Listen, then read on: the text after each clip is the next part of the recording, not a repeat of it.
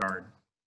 All right, everybody, welcome to Middle School Sunday School for this week, and we are so happy to have you guys, and I have a special guest with me today, and her name is Jamie Halstead. And so we do a little thing here in middle school called On the Spot, and so I first of all have to confirm with you that I have not prepared you in any way for the lesson today or told you what we're going to be talking about. Can you confirm that?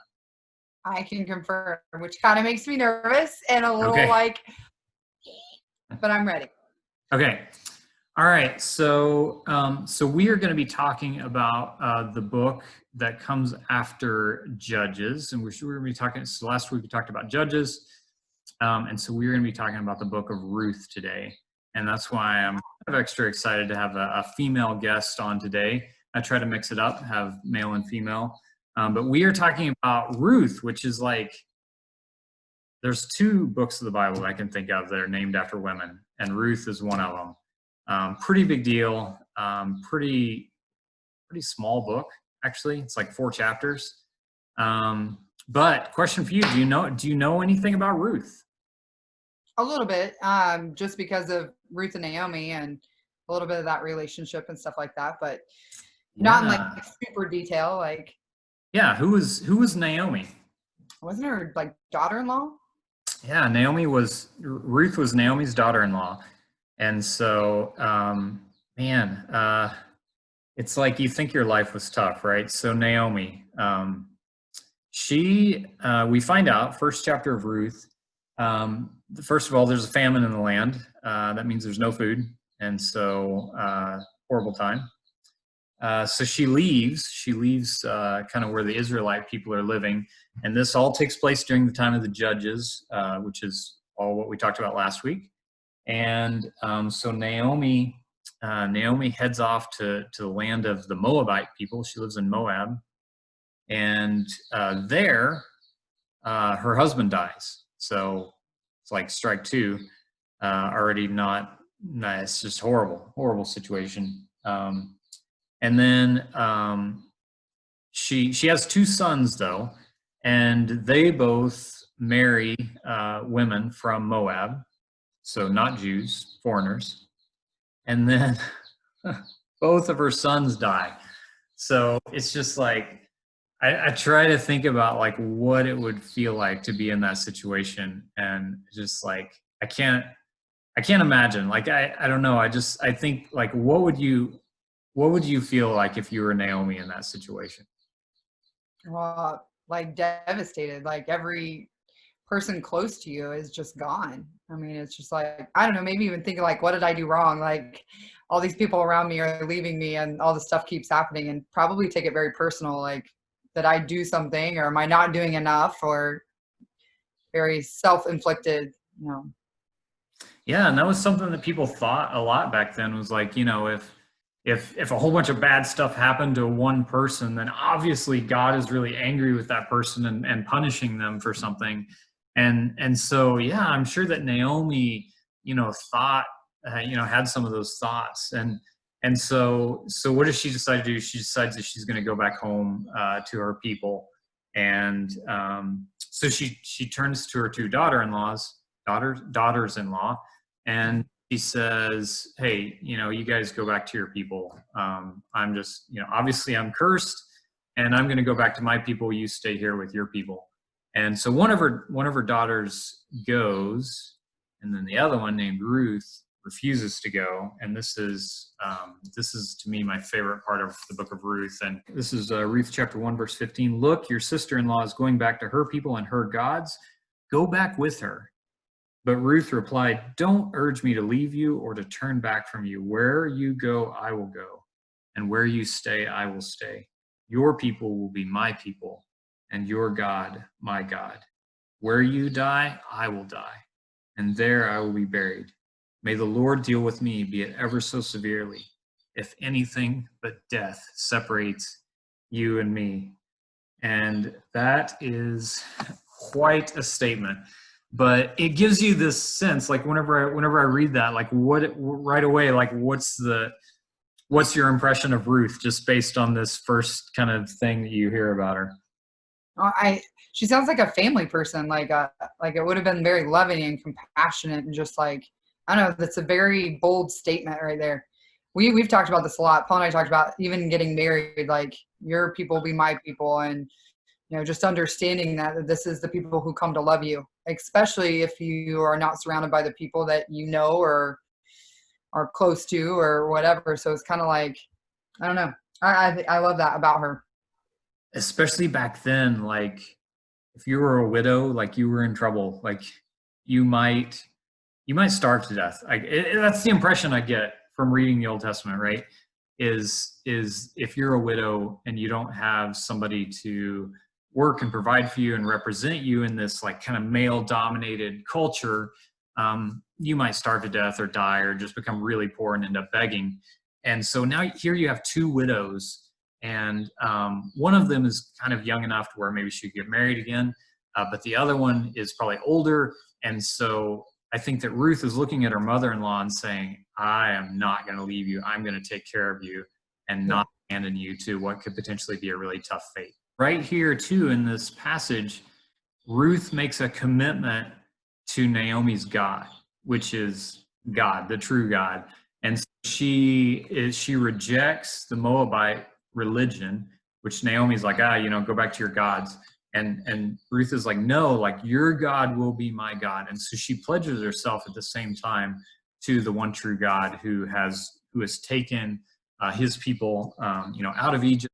And so luckily there was this system in place back then where God had commanded his people to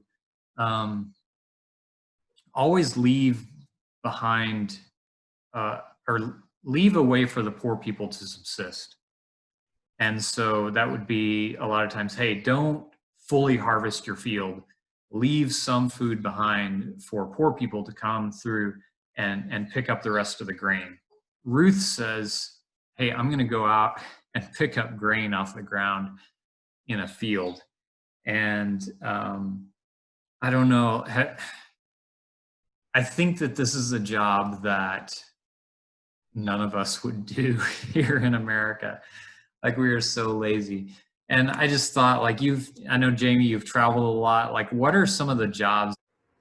Well, especially in other cultures, like in the Dominican, one of the big thing is we go up into the mountains where the homes are, I mean, pretty much made of sticks or, there aren't four walls that keep them together. There's something normally over the top and maybe a room or whatever. And just watching them be joyful in that kind of stuff, and how far they've got to go to carry water, and typically carrying it on their heads. Or we would drive behind a truck that would have bags of rice on it, and the bags of rice are 80 to 100 pounds.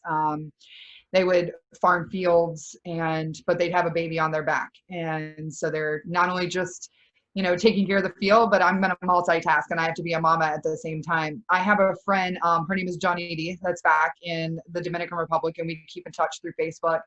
And when I was there this past January, she told me that her pig was about to have babies. And when this pig had babies, then she could sell each of the babies. And I was like the little piglets. And I kind of thought to myself, so she walks me back in like excitement of, come see my pig who's pregnant. And I'm like, great. It smelled like absolutely horrible. Like I would rather change 10 poopy diapers back to back. But in just celebration of, hey, see this pig. And it was, how many months later on Facebook sending me this video. These piglets are now born. And she's like, I can sell these for $20 to $30 a piece. And that was like a job to her. And I just think to myself, like, I don't know if I could do that. Like those people are earning and working hard daily to try and get $1. Let alone a salary or an income. So yeah, and I mean they're desperate, right? I mean they will do what it takes to get money and to survive, and we just don't. Most of us don't know that lifestyle. Not to that extreme where it feels like I don't know where my next meal is coming from, or yeah. So Ruth goes and she picks up grain. And the landowner, she catches his eye. And I get the impression from reading the scripture that the reason that she catches his eye is because she is working so hard. And I think that it also talks about the fact that she's beautiful. But he is like impressed by her, and he says, "Hey, I want to make sure that you're safe. Make sure that you stay in my field, and I'll make sure that my workers look after you.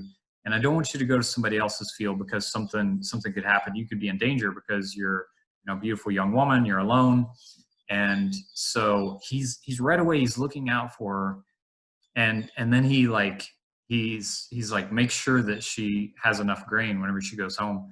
And whenever she gets home, she pours out the grain and measures it, and it says it's about 22 liters. And so I'm picturing like 11 2-liter bottles of, the 2-liter bottles of soda. Like I'm thinking of like 11 of those all together, like filled up with barley or whatever it was. And it's like, I don't know what barley is exactly, but I'm picturing like oats, like oatmeal, like off the ground, until you had 22 liters of it. Like, man, it's a hardworking lady, Well, and tedious. Like I can barely pick up Legos that are like that, let alone like little oatmeal pieces. For those of you, those middle school boys who are watching this, I apologize. This is actually this book is kind of a love story. And right away, just to kind of set the stage, like this is not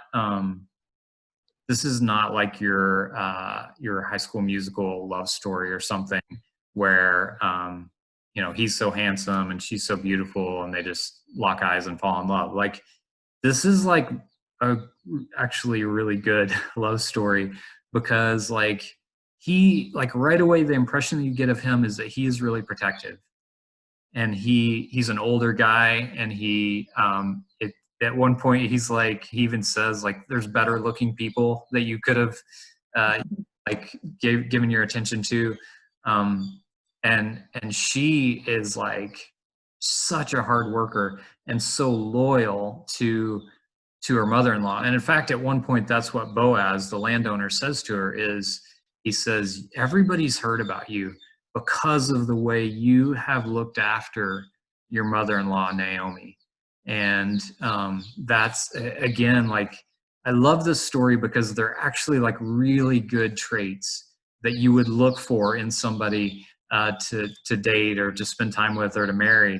It's that loyalty, it's that hard work, it's that protectiveness.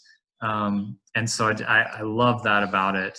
And I don't know, what kind of stands out to you about these two characters as you look at this story? Well, we actually talked about this in the high school girls Bible study one night. We had to make them a list of their Boaz list, is what we called it. And so it was more along for them to identify what is really important when it comes to looking at somebody that's going to be your helpmate, your spouse. And that, we're a culture where we look at outside appearance, and then sometimes you don't even get a chance to get to know internally. Are you going to mesh? Are you going to be able to raise a family together? Those kind of things. And so you kind of get blinded by the outside and you never get to really know the heart. And so this was definitely for us to challenge them that the things that are really important when it comes down to being a spouse and what you truly want and need. And that's what's beautiful here. It is, I love how you said, it's like a love story, but it's not one out of, we sing this perfect song together and our tunes lined up immediately like high school people. But it's more about, hey, I saw who you really are. And because of that, I love you even more. It makes you more beautiful, or it makes me respect you or love you. And so I didn't get caught up in the superficial stuff. I was able to love you for who God has created you to be. And through that, our love is even deeper. So middle school relationships come and go kind of quick. You can be dating by first period, and by last period, you're already broken up, But, when it comes to finding that person later on in the future, that it may take time to like, oh, now I know why I really love you and why we should be together and why that relationship comes to be. So that's my take on it. Yeah. Well, I think that's just a really good kind of quick overview of the book of Ruth. Just to kind of let you guys know what happens. I really encourage everybody to read it. It's 4 chapters long. It's super short. But yes, they do end up falling in love and getting married, and they end up having very famous descendants as well. God kind of blesses them by having them be a part of his royal line. King David, like one of the most famous kings ever, was a descendant of Ruth, who was a foreigner, and this man Boaz, and then Jesus as well, who's also kind of a big deal.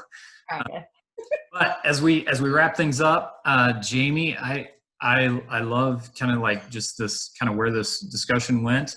And so just kind of like final words to the class, like what's your number one dating advice that you would give to middle school students? Middle school is so temporary. You're going to change a lot throughout middle school, and who you think you are now is going to change in high school, and then it's going to change again once you get out of there. So understand that what's probably most important now is figuring out who you are and not being so caught up in who you're with. Thanks so much, Jamie. We will see you on Sunday. All right.